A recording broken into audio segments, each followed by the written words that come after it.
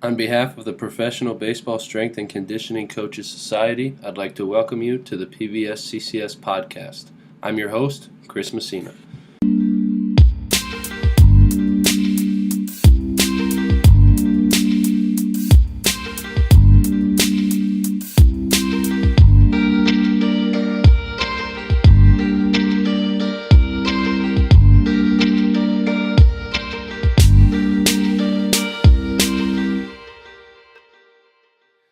All right, everybody, I'm here with Eric McMahon of the Texas Rangers organization. Eric, thanks for coming on, man. Appreciate your time. Tell the listeners about yourself, if you would, please. Eric McMahon, I'm the assistant major league strength and conditioning coach with the Texas Rangers. I'm from Burlington, Vermont.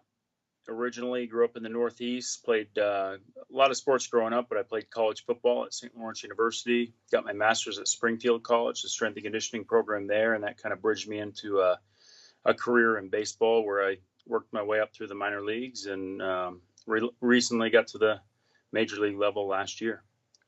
Okay, so how long have you been with the Rangers? This will be my 11th season with Texas. Wow, nice. Congrats, man. Yeah, That's I started. Awesome. Yeah, thank you. It's it feels good to be in one place for a period of time. You don't always anticipate that when you get into the field. I did some internship work and started my career with the Brewers. I was there 2006, 7, and 8. So. Okay, cool. And so I kind of want to get right into this, man. You presented recently about velocity-based training at the NSCA Coaches Conference. And yeah. I kind of want to hear about how you're implementing velocity-based training in baseball, maybe some setbacks that you've had, and then the future. But first, for the listeners who are maybe unfamiliar with VBT, just kind of go into what that is, and then we'll kind of branch off into the other stuff. Yeah, for sure.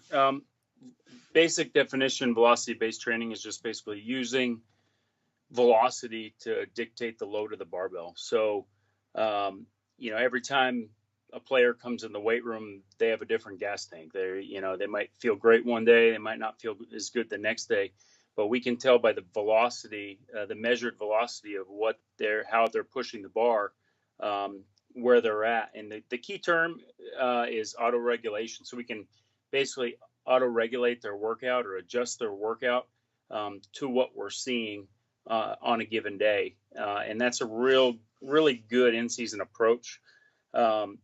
Just because, as you know, we're dealing with guys over a really long season, over a really long period of time. It's hot during the summer, a lot of travel. There's just so many factors we deal with on a daily basis. So in a sport where we're in season so much and percentage-based training isn't always the most realistic option for us, you can accomplish a lot of the same things using velocity as a guide. So it's been a really good tool. We got started with velocity-based training through our friendship with the TCU Sports Science Lab early in the season last year. And we basically had a couple of their PhD students come down and lend us a GymAware unit. And within, one or two sessions of having this thing on the bar, our guys were really curious about what the numbers meant. We explained it to them, and they started just competing for one to improve set to set, and then competing with each other. And we realized right away this was a really solid tool. So progressive. We basically, through a few meetings and conversations, committed to it, and we got with GymAware, had them come in, and we bought a bunch of units, sent them out to our affiliates. We have 4 or 5 down in Arizona, and we have 2 here at the major league level. So with that, we were able to get a lot of data, a lot of information really quickly. And then that presentation kind of came from just the findings that we had over the course of the season, 1 year using VBT.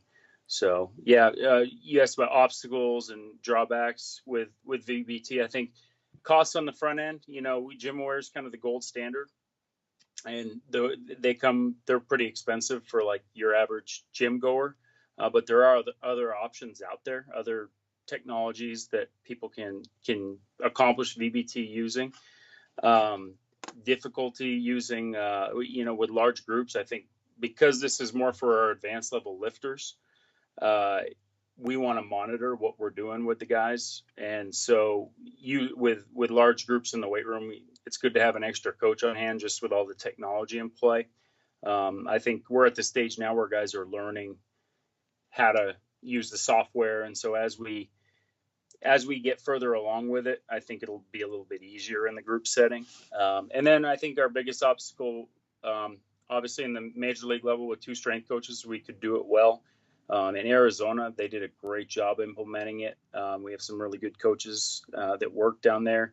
But at the affiliates where your ratio is 1-25 or 1-30, depending on rehab and situations like that, I think that's going to be the biggest challenge moving forward with VBT. And I really think I feel like I'm a tough sell on new things, like new technologies, because sometimes they're designed to make our life easier, but they don't always do that. Sometimes it's a lot more complicated, but I honestly feel like VBT is going to be part of the future of what we do.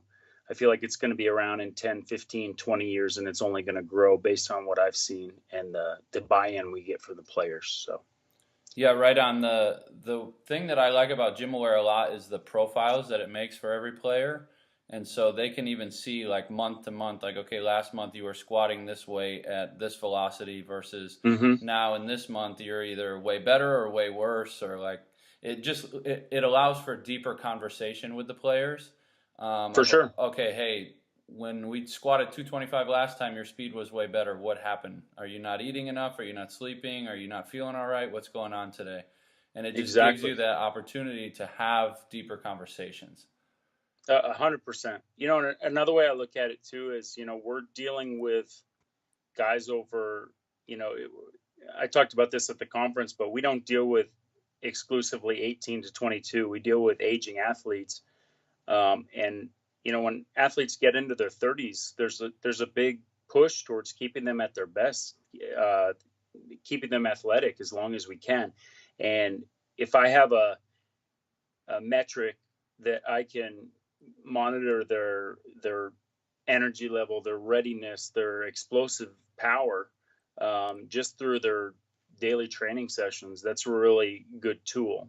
That's something I really like the GymAware, because I can look at, there's so many reports and variables you can pull up, but I like looking at peak power. And it basically, you can pull up a report where at every weight they train at, you get a peak power, peak velocity, or average mean velocity at that weight. It has best and worst. So I have a range now for when this guy's at his best, he's putting up 6,000-7,000 watts in the squat. But when he's down to 5,000, 4,000 watts, it's low. So I think we're still kind of on the front end of recognizing those patterns and trends with the data we're getting, but pairing it up with our force plate data, and some of the things we're doing there, just the general athletic profiles we have on guys, you get a lot of very meaningful information. Yeah, for sure. And the big piece that you mentioned is the auto regulation. It's just, like you said, there's so many games, there's so many variables, and a guy comes in and, hey, I don't really feel that great today. Like, all right, you can still squat, but we'll just make adjustments on the weight. Or you can still trap our deadlift, but we'll just make adjustments on the weight. Or I feel really good today. Can I go heavy? Well, let's see what it looks like on the GymAware. Yeah, it looks good. Okay, let's go ahead. Go ahead and yeah. Sometimes a guy will be surprised. He doesn't feel that great, and he hops under the bar, and it's like, wow, you're really moving it good today. And and sometimes that's the thing that can pull the guy out of his rut for the day. It's like, wow, I'm okay. And sometimes you just the confidence of maybe I'm not doing as bad as I thought I was. So. Yeah, the instant feedback part is really big. And like you said, they'll look at the numbers and they'll look at the guy next to him and be like, well, that guy got a better number than me. I need to figure this out. And before you know it, bars are moving fast and guys are excited and getting after it instead of just dragging their feet through another workout. For sure. Yeah, that's probably the biggest piece, the feedback. The research I saw, there's a lot of research out there on feedback, instant feedback alone, and the more feedback we're giving our athletes when they're completing their velocity-based sets, pretty much the better their performance is going to be. So whether that's visual feedback in front of them or just barking out numbers as the coach, however you want to do it, The feedback is really important. And if you ask me why I think velocity-based training works, it's just that. It's the amount of, you basically are keeping the athlete focused on every single rep. And I think that is, so you're getting more out of every single rep through your workout. And the intent is everything. So we've always kind of preached, intent to move with squat, but now you have a way to measure and communicate it with the athlete. And it's when you add that to it, you see the results. Yeah, right on. In season, I mean, quality over quantity is huge. You might only have, if it's 3 sets of 3 squatting, you've got 9 opportunities to have good squat reps. And I agree that GymAware gives you an opportunity to tell them, like, okay, hey, you got 7 out of 9 were really good reps, or all 9 were really good reps, or whatever it is, and it gives that feedback right away to them. Yeah, I really like it. It was it was a fun tool to play with. It kind of brings us back as strength coaches to, I think, the core values that we really think about when we get into this field of improving explosive power and athleticism. And I think so much of the time in baseball, we're just preaching, get strong. You want to be fast, you want to get powerful, just get strong, because we have guys at such a young age where they just need that foundational strength base. And it's easy to lose sight of 2-3 years down the line when we're starting to see the same weights lifted over and over again. The 225s, the 275s, the 315s starts to feel a little like Groundhog Day, and guys essentially aren't making the same gains at that point. But when you have a tool that like this that the athlete buys into, that's where they're going to make the next step in terms of gains. And that's how I explain it to guys, that are more advanced. I said, for you to make more improvements here, we're going to need to really focus on the quality of your reps. And by doing that, we're going to focus on the velocity and speed of your reps, and not just make you strong because you're already strong, but we're going to get powerful, and we're going to focus on the speed of your movement. Guys usually take well to that when you explain it to them. So, yeah, as long as you give them an explanation and point them in the right direction, they usually will buy in. And do you see any issues in terms of like technique of the lifts or anything like that, where guys are kind of like, all right, I just need to move this bar faster, and before you know it, there's like it doesn't look like a squat or a deadlift 100%, anymore? Yeah. That's one thing you have to really, you're adding a layer of complexity to the lift. So you're basically saying, not only do I want you to squat with great technique, I want you to do it and move as quick as you can. So what you see a lot of times is guys will kind of cut some depth on their squat. They'll jump up onto their toes if the weight's light enough, which as a coach, you kind of have to find what you're comfortable with in terms of technique as they're making their little cheat adjustments. But I think, I don't mind if guys kind of come up a little an inch on the heels when they're powering up. It kind of shows me that they are moving explosively. I want the integrity of the lift to be true. So I don't want guys, over 90 degrees on their squat or anything. I like to keep the integrity of the lift true. And if I don't care about that, if I'm in a speed phase and I gave the example at the conference of, we have catchers in a squat all the time. This is the highest workload position on the field. We're constantly having to monitor their energy level. So sometimes I'll just say, okay, we're going to do box squats with bands and just keep it a little bit lighter. We're going to keep it explosive and quick.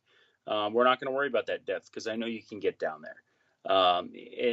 And then on a heavy day for them, I might go with the deadlift and go a little bit heavier velocity range. So, like 0.7 to 0.9 meters per second, where there's still a little bit of strength carryover there, but we're still kind of focused on speed of the movement and power production for those guys. So that's a good example where, you just have to read the athlete, look at what how their technique is on the front end.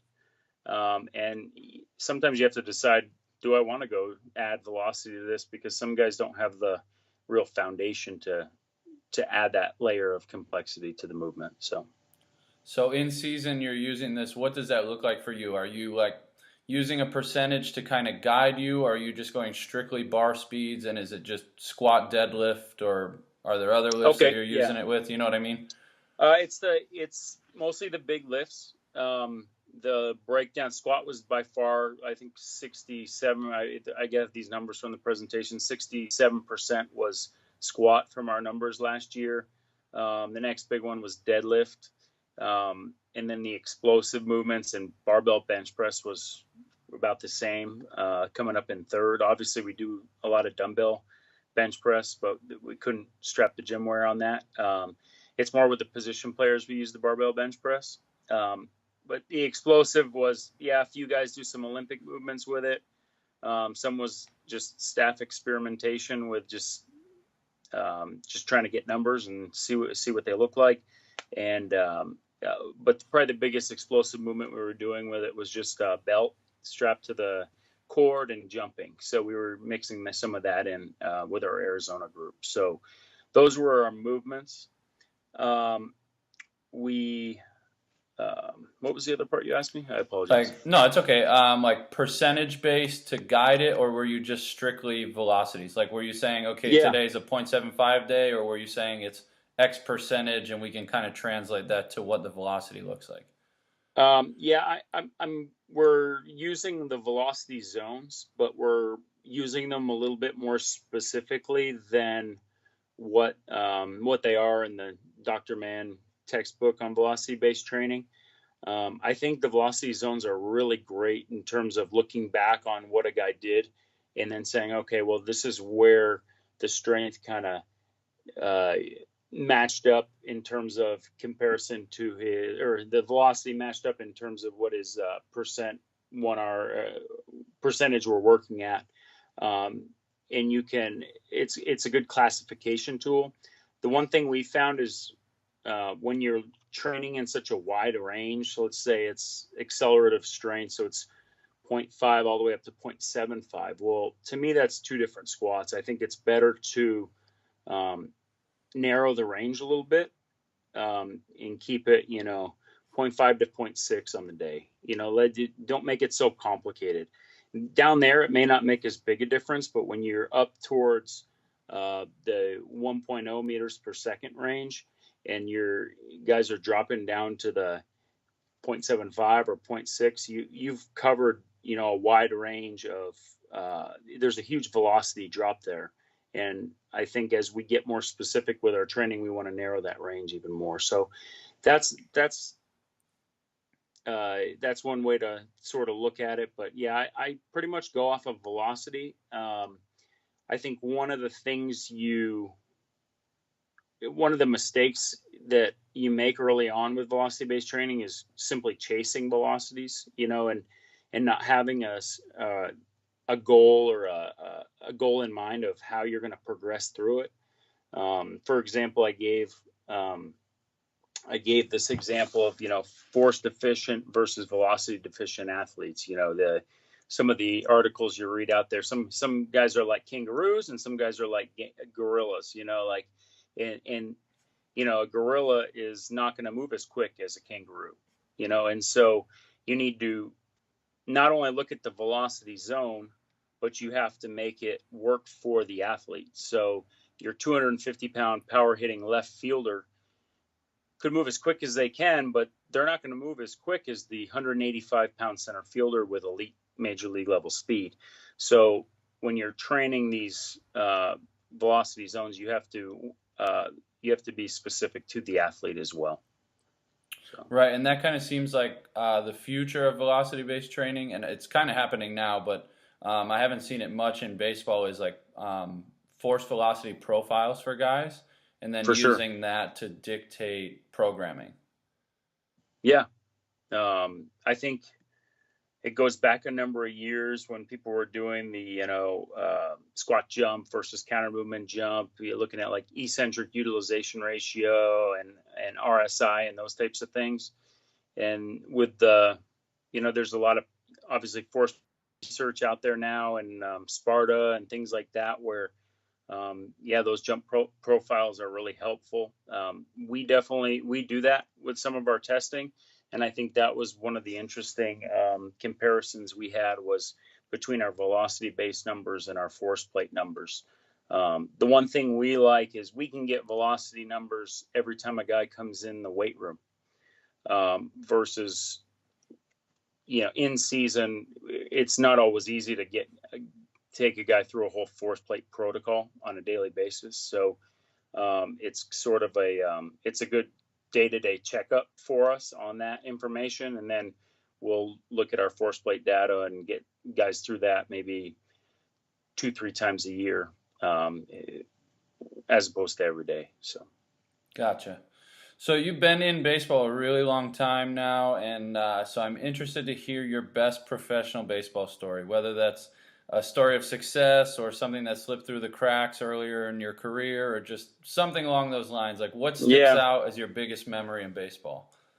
When people ask me that, there's a bunch, but I always think of my first year. I was in grad school, and I got a call. Actually, I applied with one team, and they passed my resume to the Brewers, and I got a kind of a cold call. They needed a short season guy, and I was still available, and I jumped at the opportunity to take the job after school was done. And so I was going down to Arizona for a little bit of extended, and then I was going to go up to Helena, Montana. So I get out there and I, learn the ropes. It was pretty short orientation, but I was ready to roll. And I'm, so me and my trainer who I just met, are driving tandem through the northern Arizona, southern Nevada desert. And I all of a sudden I just step on the gas pedal, and I heard this huge pop. My power steering it wasn't working. I just blew the engine out in the middle of the desert. I didn't really see it coming with the car I had. I was very fortunately, I was right next to a gas station, pushed the car in there, called AAA. So we're just sitting out there on lawn chairs, and I'm like, all the while I'm thinking like, man, like, am I sure this is the right career choice? Like I'm already like really, really struggling just to get to my city, And long story short, spent a night in a hotel somewhere there, got the car looked at, ended up getting it towed exactly 100 miles, whatever AAA would do, right to this airport in I believe it was St. George, Utah.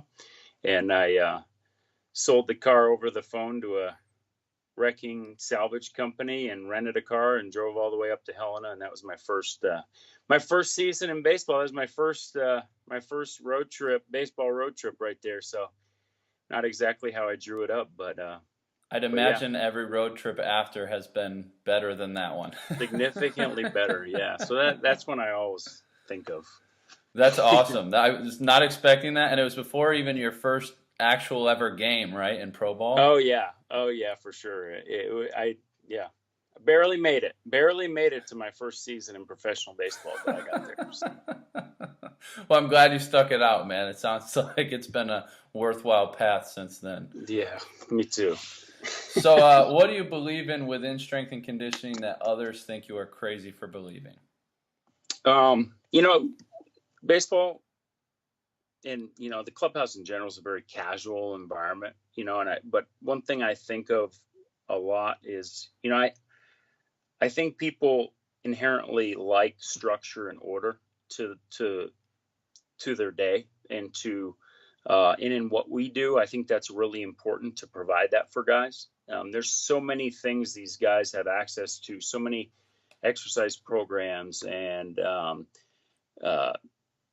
online strength coaches. There's so much information out there in our field. And I think one thing we need to do a really good job of is provide structure and order to the programs we're putting out there so that these guys can have optimal success. I think it's a little counterintuitive because guys don't always, people don't always want to be told what to do, and everything that they're doing. But I think that is our job, and that's one of the big challenges of what we do too. Yeah, you tell them what to do, and then they say, no, I don't want to do that. And then you say, okay, what do you think you want to do? And they say, well, I'll do what you say. It's like, you can't win. But yeah, I think at the end of the day, like, guys will honestly, I think they want that structure. I think they just don't want to admit it. And if you lead them in that way, like, hey, what do you want to do today? And they're like, no, what do you got for me? That's okay. This is what I For want sure. you to do. Oh, okay, I'll do it then. Yeah. And sometimes guys will come in with some good stuff. I don't want to be negative about that. Sometimes, I learn a lot from what these players come in to spring training with every year. And I'll present it to players like that. Hey, you're working at this facility. Like, you mind showing me your program? I'd love to see what you do. I mean, there's great strength coaches out there. Our field has come a long way, but also the private sector's come a long way too. And so I have no problem learning from them. Yeah, hey, show me what that exercise looks like, or next time you do that, let me know. I want to check it out. Guys respond well to that too. Yeah, I agree. I'm a firm believer that they trust their off season, which is a very, very important part of their time, to these people.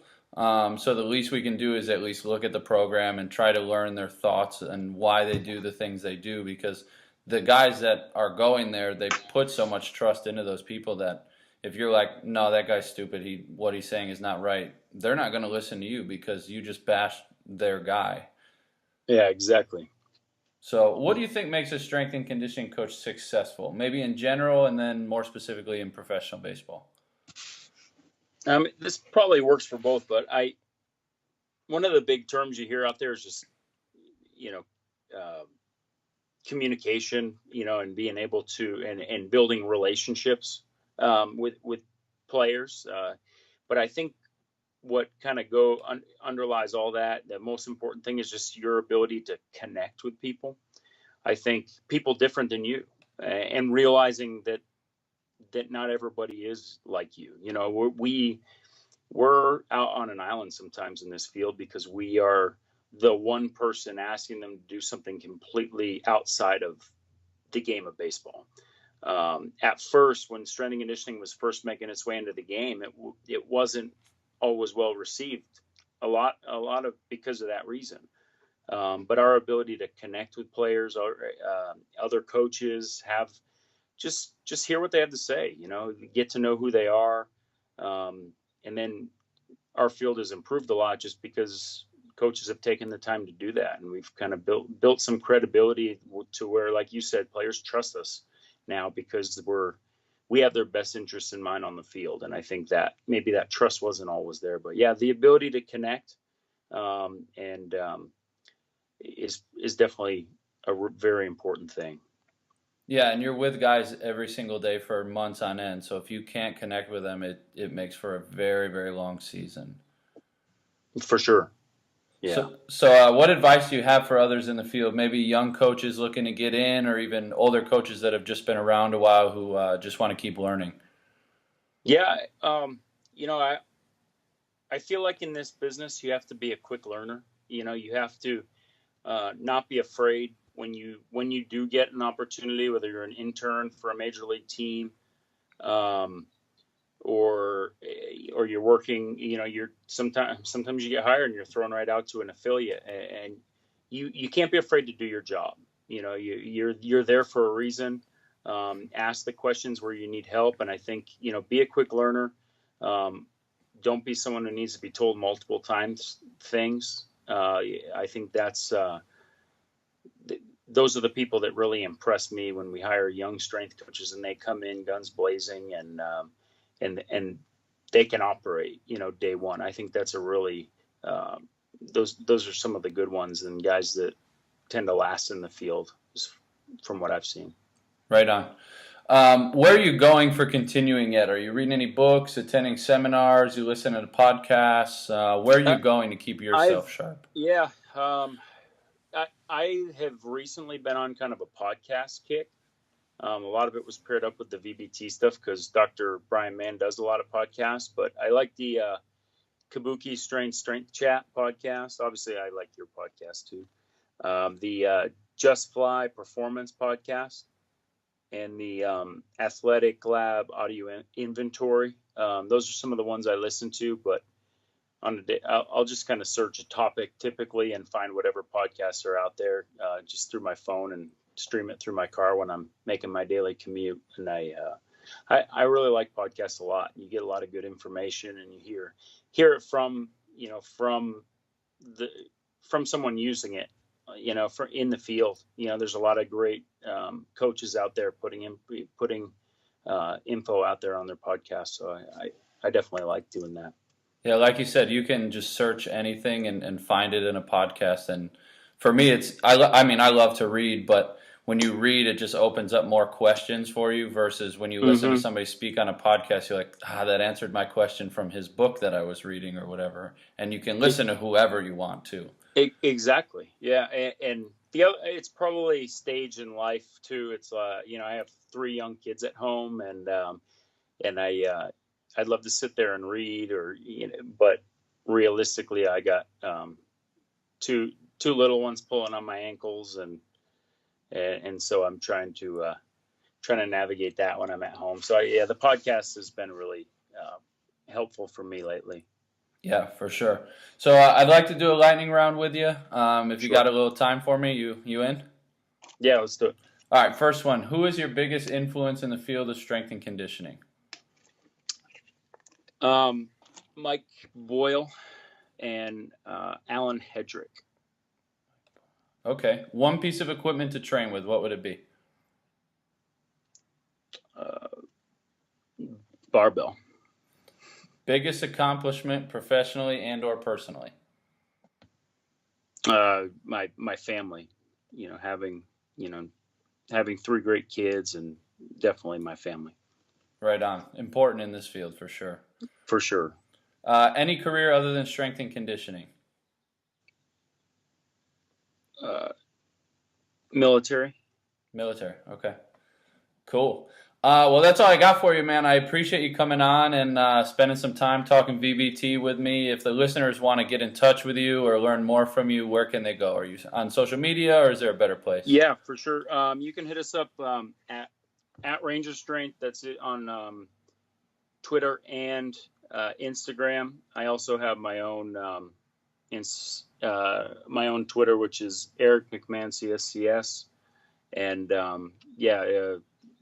my email as well, or emcmahon@texasrangers.com if you want to hit me up that way. But yeah, I love talking VBT and talking to other coaches. So yeah, look forward to hearing from people. Cool. Well, thanks again, man, and we'll be in touch soon. Thanks, Chris. Appreciate it. All right, everybody, that concludes this episode with Eric. I hope you enjoyed this one. It was really cool to spend some time talking velocity-based training and auto-regulation with him. 3 things that I took from Eric: be a quick learner, don't be afraid of new opportunities, and work to provide structure for your athletes. With that being said, I hope you enjoyed this episode, and we'll talk to you again on the next one.